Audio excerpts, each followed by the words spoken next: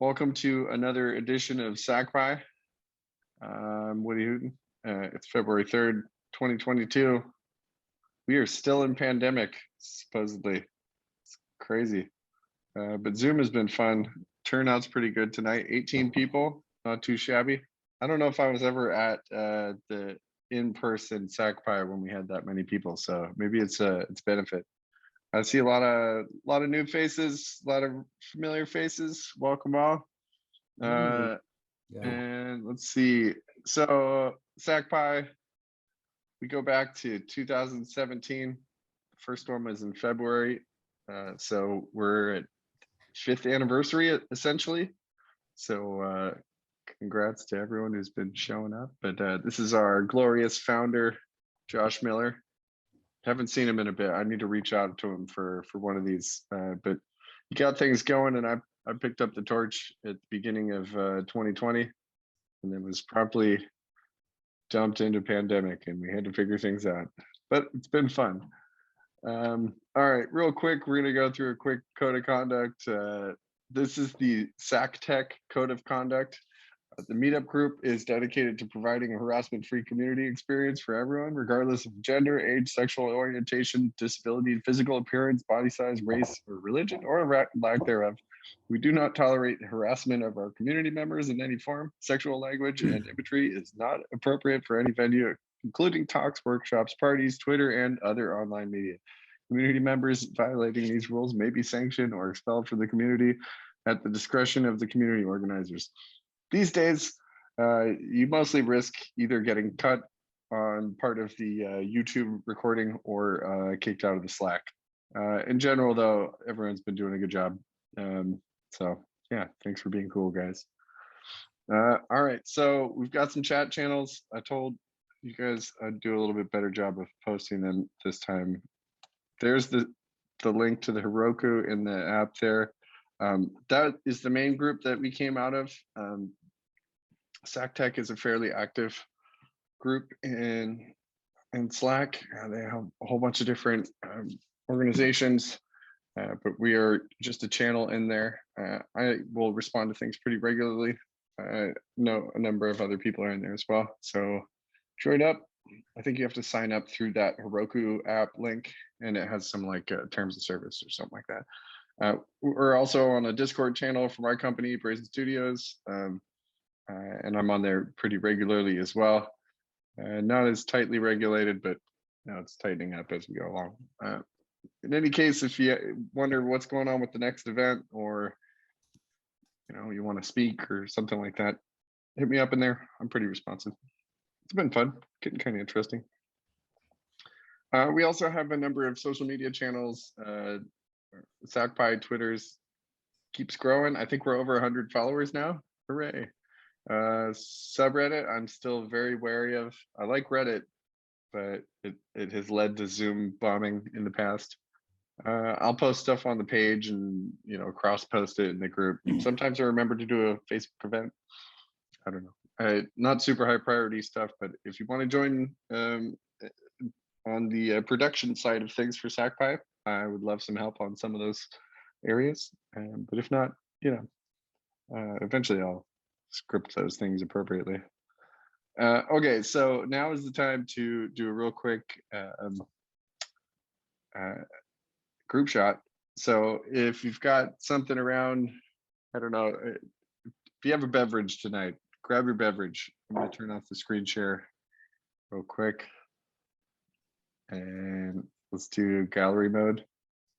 Oh wait, Robert, yours is getting censored. That's crazy. Oh no, mine's all red. There we go. Okay, let me get, how do I get to full screen grid? Oh, there we go. That's cool. Crazy. Right. It does censor the label. Wait, I'm censored too. Oh no. All right, well, anyway. All right, on 3, 1, 2, 3. Hey. Cool, awesome, thanks guys. All right, I'm gonna have to fast forward through my slides here because it's gonna dump me right back in the beginning. That's okay. So since it censored it, it's a Mai Tai. Oh, okay, that's why. Yeah, they hate the tropical drinks over at Zoom. Okay, cool. So tonight we have appropriately dressed tonight. as close as possible to his actual screenshot. Tonight we got Avi Gopal with Metabob. He is the CTO over there. He's founded a number of interesting projects. Tonight, I think he's got a handful of kind of off-the-cuff demo type things, but this is mostly going to be kind of a tete-a-tete interview style thing. So we will get things going. I'll drop off this screen share and get on the camera. Hopefully I'm oh, yep, I'm ready again. Here we go. I don't know what's going on with that. Come on, Logitech, get your shit together. All right, so Avi is a sharp dude. I expect you guys to pull no punches with the questions you have for him. You've never let me down in terms of the technicality of the questions you throw at people. But I've got a list of questions. We'll go over some of your educational background, some of your coding, some of your entrepreneurial efforts, the things you've done in consulting and things like that. But before we jump into that, Liz, why don't you give us a real quick, I don't know, 3-pointer on who is Avi Gopal? That's a good question. So I'll try and get into it. So thanks for having me, everyone. My name is Avinash Gopal, but everyone just calls me Avi or Avi. So basically, I'm essentially like a technical generalist in a certain way. I started off like very early on doing different engineering projects, mostly with autonomous vehicles and like self-correcting systems.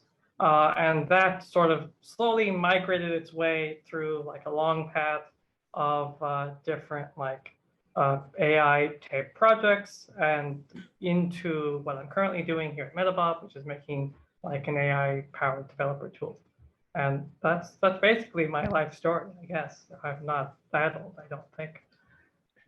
Yeah, well, we wouldn't say anyway, so no big deal. All right, so Avi, you are, I understand, a dirtbag, which is to say you went to Long Beach? Yeah, allegedly. I don't think anyone's ever specifically used that as an introduction for me, but yeah.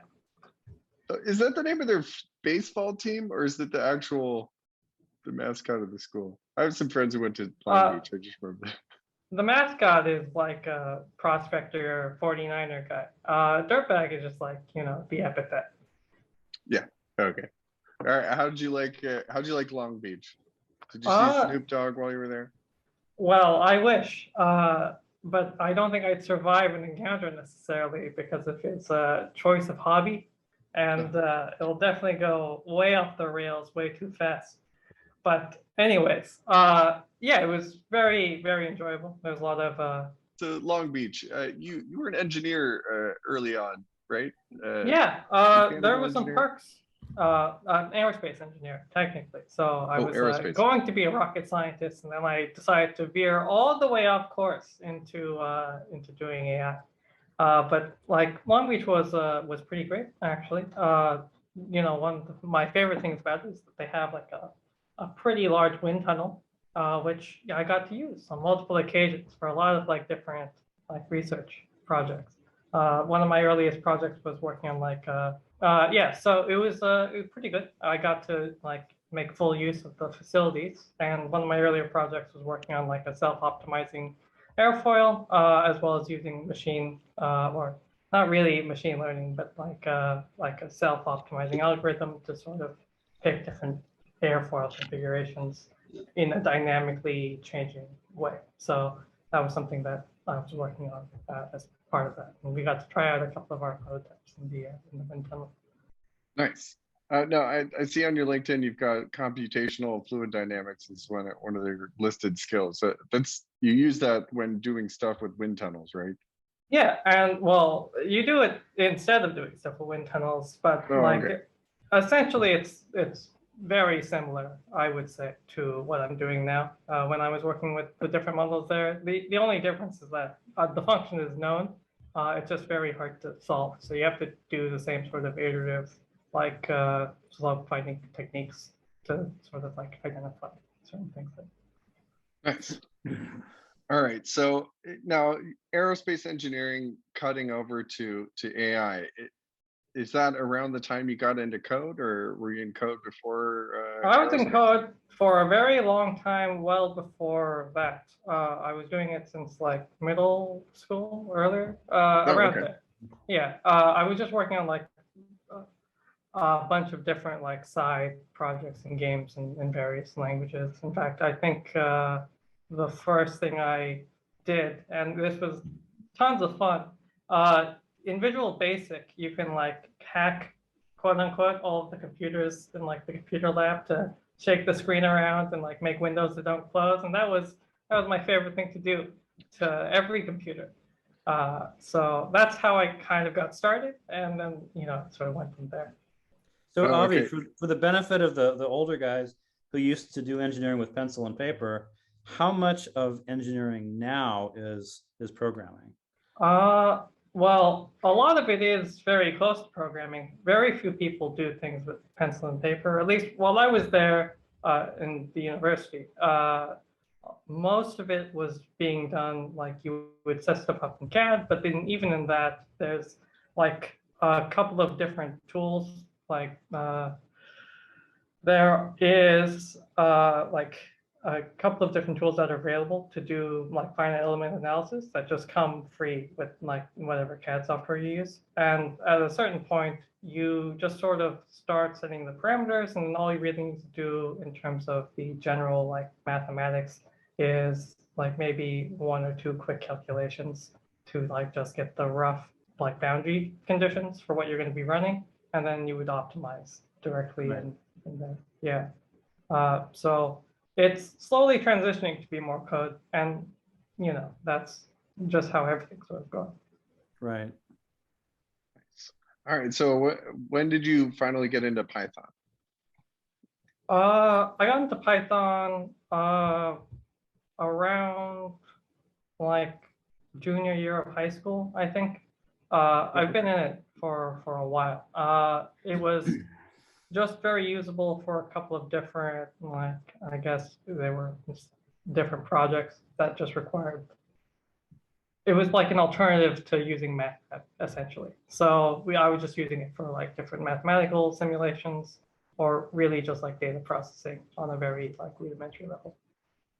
Nice.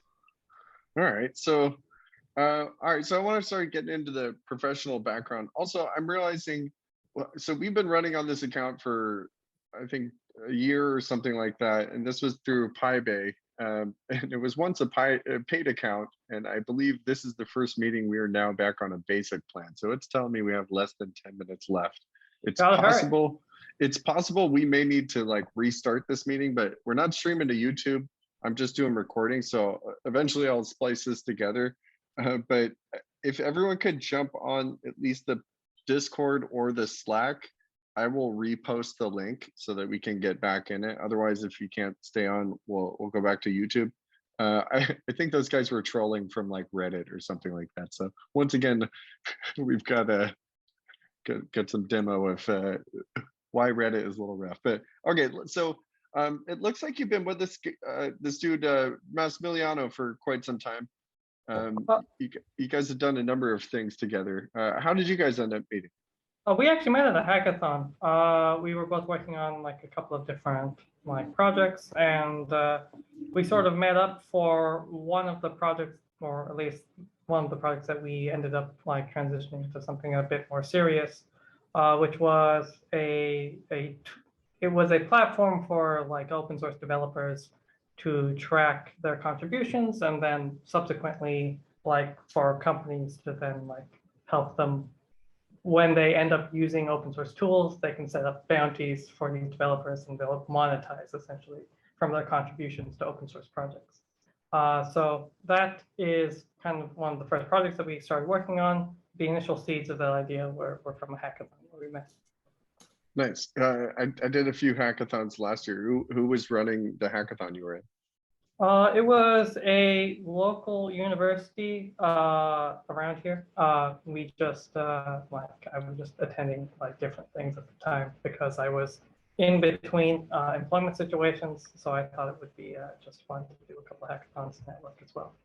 Nice. Now, I see you're both a part of this Monarch LLC thing, and it's like a tech consulting. Yeah. So we were doing a couple of, well, I mean, it started off with just Masi, but he was an EIR for a couple of different companies, or like specifically NEC, and they were working on a couple of different projects. So this company started from that project. Essentially, we like helped set it up, and then we were using that to help NEC productize some of their AI technologies that were tangentially related to what we were doing with Place. So it kind of flowed together fairly well. Nice. And so now, did Metabob come out of that work, or? Yeah. Okay. Cool. Well, kind of. So originally what we were doing at NEC was essentially we were making different sort of AI-based tools to detect or to help like discretize certain aspects of the code base into like specific like quality metrics or other things like that. There were a couple of different projects with this AI hub that we were partnered with. And from that project, like essentially we were conducting a lot of user interviews and starting to build out the actual like application for that. And while nothing that the NEC the NEC like labs team sort of set up was like necessarily very helpful, we did identify like a particular need for a debugging tool that could help like keep track of some of the more complex problems and then like do recommendations based off of that in a way that would be very easy to use and like easy to set. Very cool. Now, are you the guy in the logo? No, I am not the guy in the logo, and neither is Masi, even though now he definitely also looks the part now. So unfortunately, that logo was made. So we were like workshopping names. At some point, we came around to wanting to use the meta prefix, and this was well before we got almost copyright infringed on by a certain large company I'm not going to mention right now. But yeah, but I mean, obviously that was a bad choice for them because we had our meeting last night. This morning, $200 billion are off their books. So, you know, yeah, I mean, the last laugh. Hopefully. So yeah, anyway, so basically we were workshopping different names with the meta prefix because we wanted to be eventually a meta programming tool where instead of like doing the coding itself, what you would do is you would just set the requirements in like natural language and then like fill those in with the actual code. This is similar to what Codex is doing. However, as opposed to doing something that's more routine, we would be like more focused on like just using the same context of the code base. This was after we sort of decided on our technique and our model, and I can get into that a bit later. But one of the key benefits is that we can like have a very context sensitive generation model. So that's basically why we wanted to have that prefix. And then Bob, it's just fun to say. And then eventually we needed to find somebody who looks like Bob, and that was this person. We just like looked at a couple of emojis, found one that kind of had a beard and was like, yeah, that's Bob. And then we slowly morphed that design into the Bob you see today. Very nice. Okay, let's see. We'll get a little bit more into Metabob here. I think maybe so Zoom is saying this might be done here in a minute 30. Please, everyone, take your time to get into either the Slack or the Discord or both. I see some of you have gotten into the Discord that's posted on the SacPy thing. There's a little confusion with Nilesh and myself. So I'm going to post in both, but we may need to restart the meeting in just a little bit here. But we'll trek on anyway.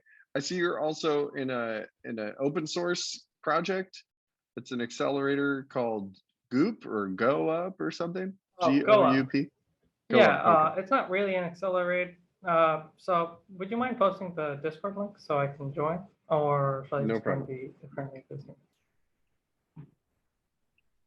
Okay. This thing doesn't let me use hotkeys to paste. Wait, that's the one, right? Yeah, cool. Yeah, that's it. I'll hop over and then answer the question. Okay, cool. Yeah, let's just assume this is gonna drop anyway. Okay, everyone, there's 17 of you. Let's see how our attrition goes.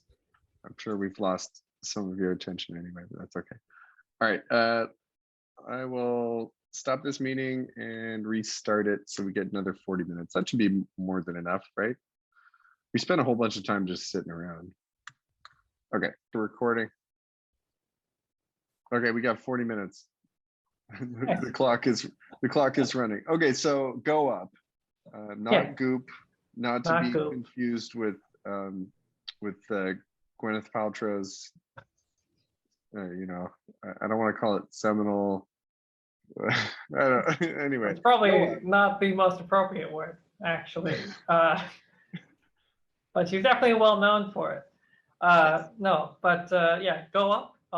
So it says open source accelerator, but really what's accelerating is like people's careers. I'm not gonna like sell it too much, but it was started by like one of our friends slash somebody who now works with us as like a consultant, I guess. And essentially what it does is it is like a community building, like, you know, Slack thing, kind of like Slack Tech, except it's very focused around like specifically industry and getting, you know, building projects and then converting them into things that can scale. So they bring on all sorts of like great mentors and like other like CTOs from like big startups and even like Fortune 500 companies from around here. And they have these big meetings and you can just go through, talk, ask questions and learn about all sorts of things. So it's definitely very interesting and it's free to join. So I would definitely recommend like maybe popping in. From what I know, there's a couple of like very interesting people who are going to be speaking there soon. So definitely would recommend.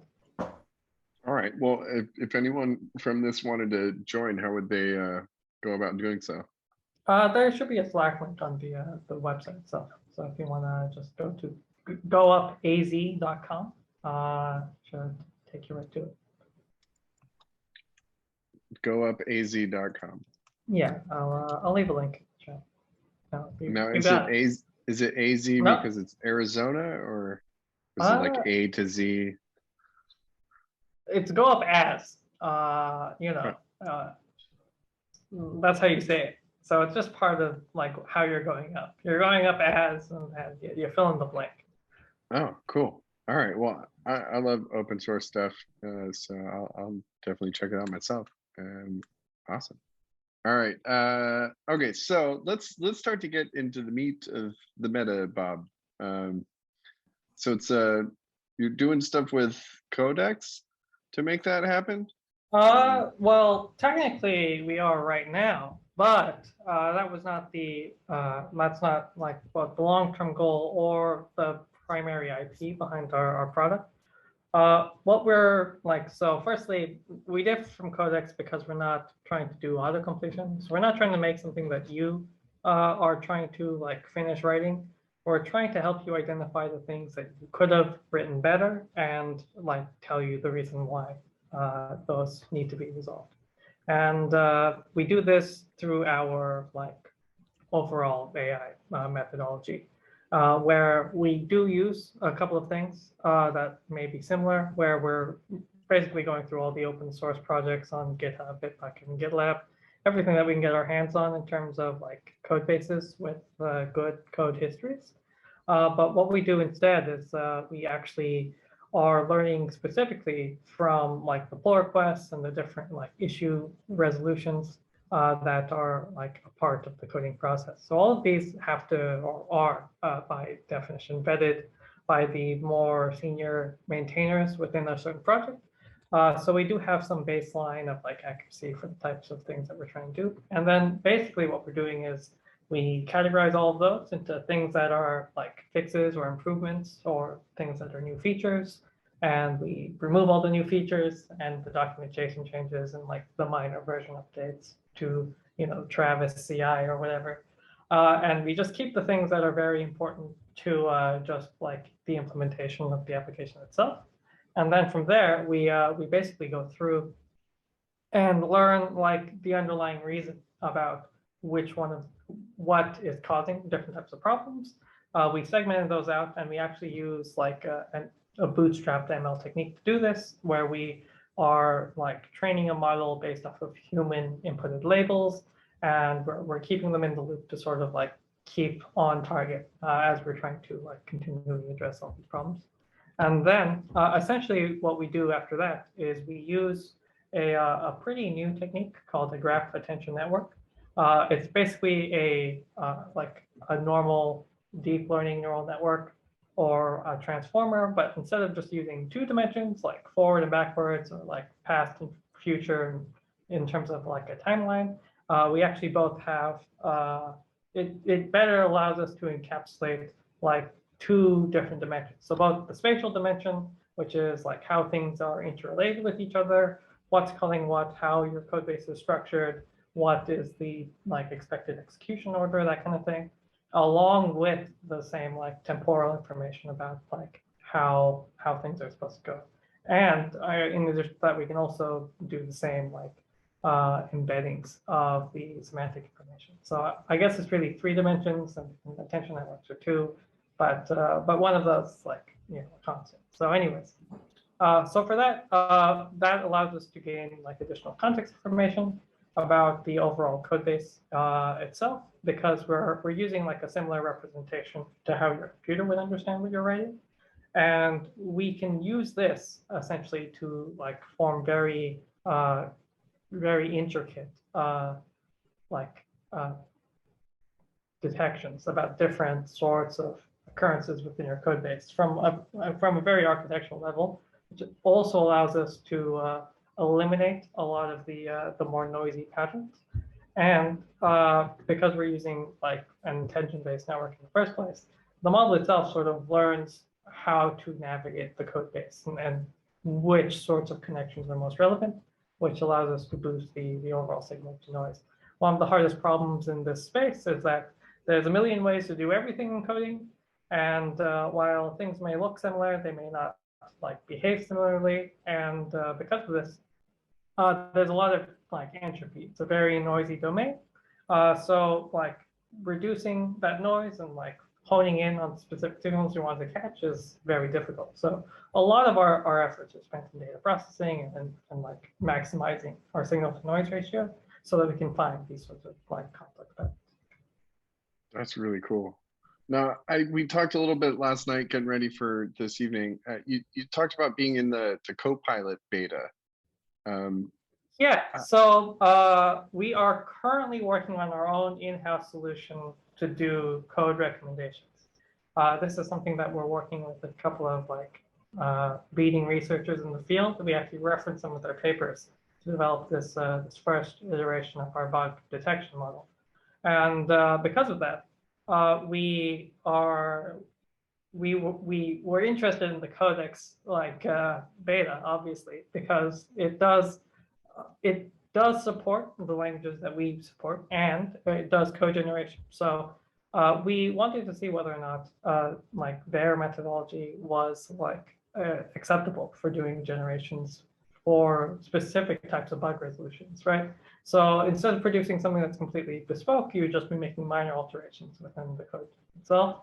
And based off of our experience with it, we didn't necessarily see that it's good for that use case, like explicitly.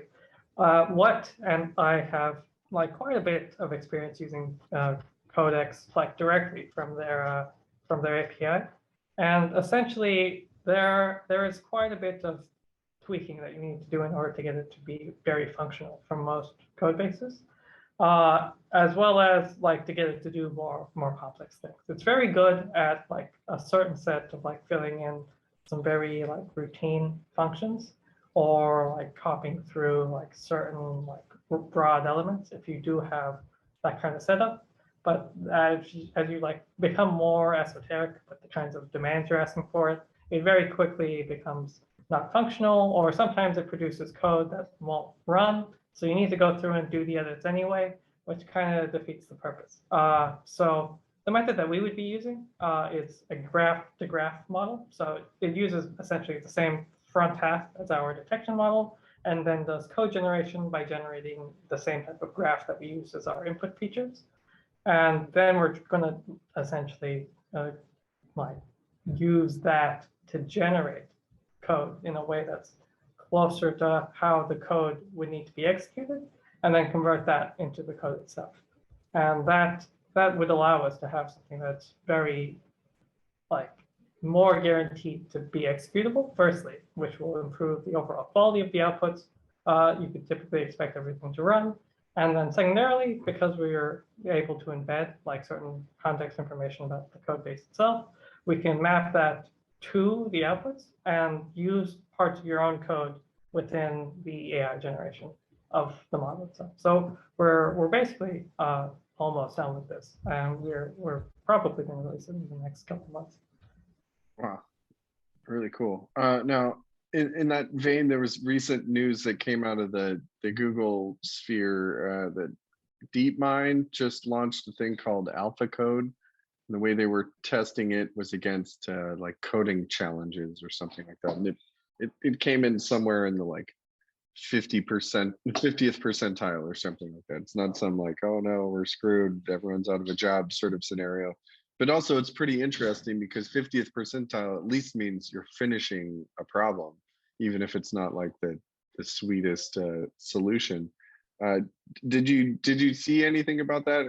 If not, or if you did, what's your impression on that? And then like, what does Metabob have in store for, I don't know, that level of execution? Yeah, so from my understanding, and I admittedly only saw like the headlines, but not, I didn't really have the time to look too far into it. But from my understanding, that is something that is on the horizon, and they are using, at least from the brief amount of things that I've read about it, a pretty like interesting technique when it comes to producing like code overall. But the whole alpha, like all of the sub projects of that, do have like some domain restrictions that they're sort of like applying for. So that hopefully is something that will not replace all of our jobs and cause singularity in the next 3 years. But in terms of what we're doing, we are like not necessarily directly in that thing either. But it is something that we are interested in seeing the future of as well. Absolutely. No, I always looked at AI as not maybe at some point in the future we end up with one of these Hollywood tropes playing out. You know, these cautionary tales. Oh no, the machines are enslaving us. Blah blah blah. But I always looked at it as at least in the interim, it's a tool set that augments our skills, and you know the people that are good at it will get better, but it augments the skill sets of people that presently can't access the realm and could potentially help, you know, activate more minds in the space of generating new code. As far as like, I don't know, user experience goes, how's the team coming along with Metabob? What do you guys have in store? Yeah, so a lot of the things that we are currently doing is mostly in like the usability side of it. We are currently integrated in the CI process for a couple of smaller, or I mean, some of them are actually quite large companies that we're doing some POCs with. And we're going to start approaching that and releasing it for other audiences in the next couple of weeks. So that's where we are. A lot of it's just going through and developing some additional metrics as well. We actually learned along the way, because we are like we do primarily do debugging, or at least help you save time by just writing better code overall, which avoids the bugs in the first place. But essentially, we discovered that a lot of like larger companies and you don't really have good ways of like measuring like how much time they're spending like fixing things that they may have been able to like resolved. So we're using some of the data that we have from both the open source community and like from the people that we've been interacting with to help them like learn certain patterns about how everyone's doing in terms of the development team, like what's going on and what kinds of problems are most common and what's the ways to avoid those in the future. Very cool. Well, does anyone have any questions for Abby in the meantime? I've got a few more questions lined up. I realize I've been kind of dominating the conversation. So this has turned out to be more of a talk than a show and tell.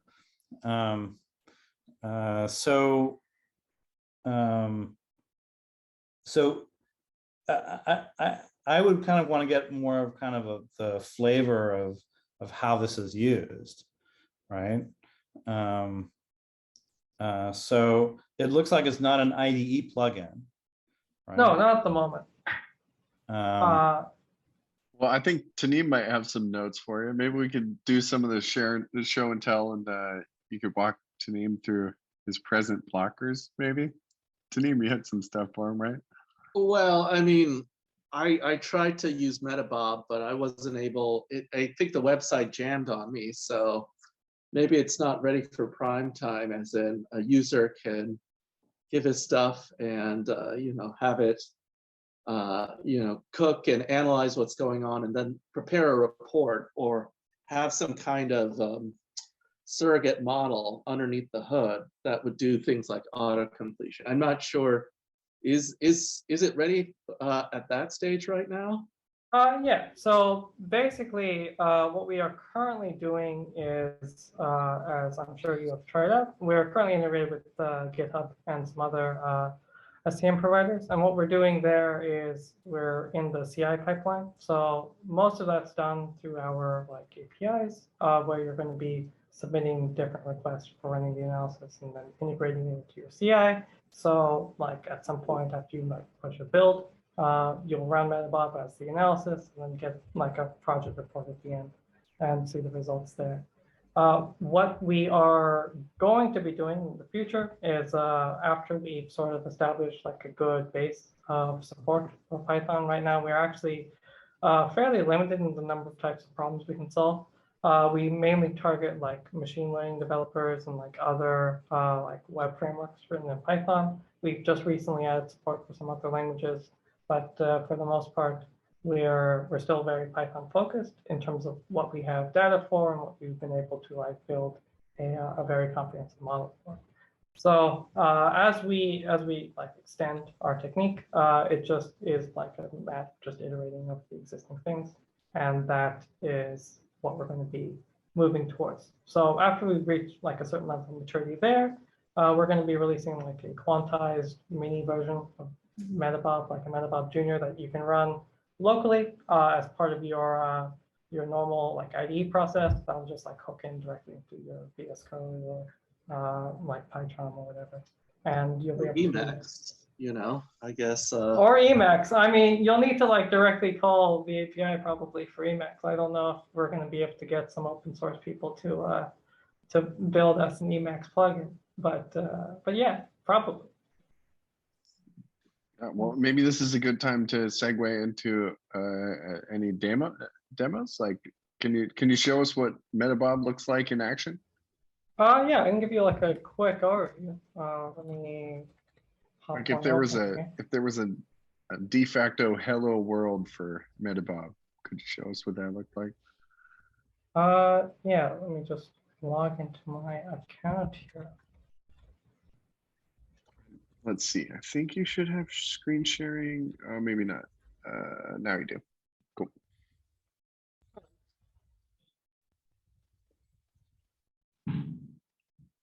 I installed it last night. I haven't had time to poke around, but yeah, you should also get like just reports directly. You do need to do a little bit of configuration. It should be in the docs section of the website, but yeah, essentially, like what we're going to be releasing, and this is probably not what you are going to be seeing now, but at the end of next week, we are going to be setting up this whole like usability dashboard for your projects and your teams. So everybody who's a member of your organization can like all see how things are going, how much time you're spending on different sorts of problems, and what those problems are overall. And from there, you can just like hop through different projects directly and just like get like a good overview about the types of things that you're sort of dealing with. And then from there, you can also hop over to viewing the identified issues. And it should take a second here. Yeah, so from here, you can basically see like all the problems that we detect. We do have like multiple different severity levels here. On the lower end, we do like integrate some like very basic security checking tools and like other like basic code quality stuff. But they're usually all like set up right here in the lower priorities phase. So ideally, you would just ignore those and hop right over to the things that are like specifically high priority, where you can go through and basically see like any sort of more specific problems that are usually related to like typing or other issues that are occurring in other phases of your code base, as well as like other problems that are arising from how your code is flowing together overall. So that's the kind of things that we do complete. In this demo specifically, there's some recommendations that are available, but for the most part, they're for simpler problems because we are like currently using Codex for this. And as we release our own model, we'll start to do the same things that we were able to detect in terms of our primary AI as well. So you should be able to see those as well after like everything's sort of completed. So that's long and short of it. So it seems kind of like a robotic TA to grade papers. And it's like, it says like, it's circling all the problems it finds. And then finally it gives like a letter grade for the. Essentially. Basically what we're trying to do is, basically that. Just to like help you learn like where your most common sorts of problems are, so that as you are like doing your development, firstly, you can fix the things that we detect directly, and then secondarily, like upskill yourself in a way that you sort of learn how to avoid these things in the future. And that's where we're sort of focused on, at least from the developer experience side. And then like, obviously we are like currently selling to corporations as well. And for that, what we're doing is just helping them like manage teams and like learn about productivity blockers or like other like things that certain employees. Yeah. Or so people have to rush in a bug fix, right? And they're busy coding at like, 1 o'clock in the morning, and then they submit their pull request. This thing can go through and say like, whoa, no. You need to go back and take a look. Yeah, essentially. And ideally, if you were running Metabob as part of your CI before, we would be able to detect that problem even before you needed to rush in the bug fix, while it's still like in the early stages and before it reaches like your production environment and you start to have problems.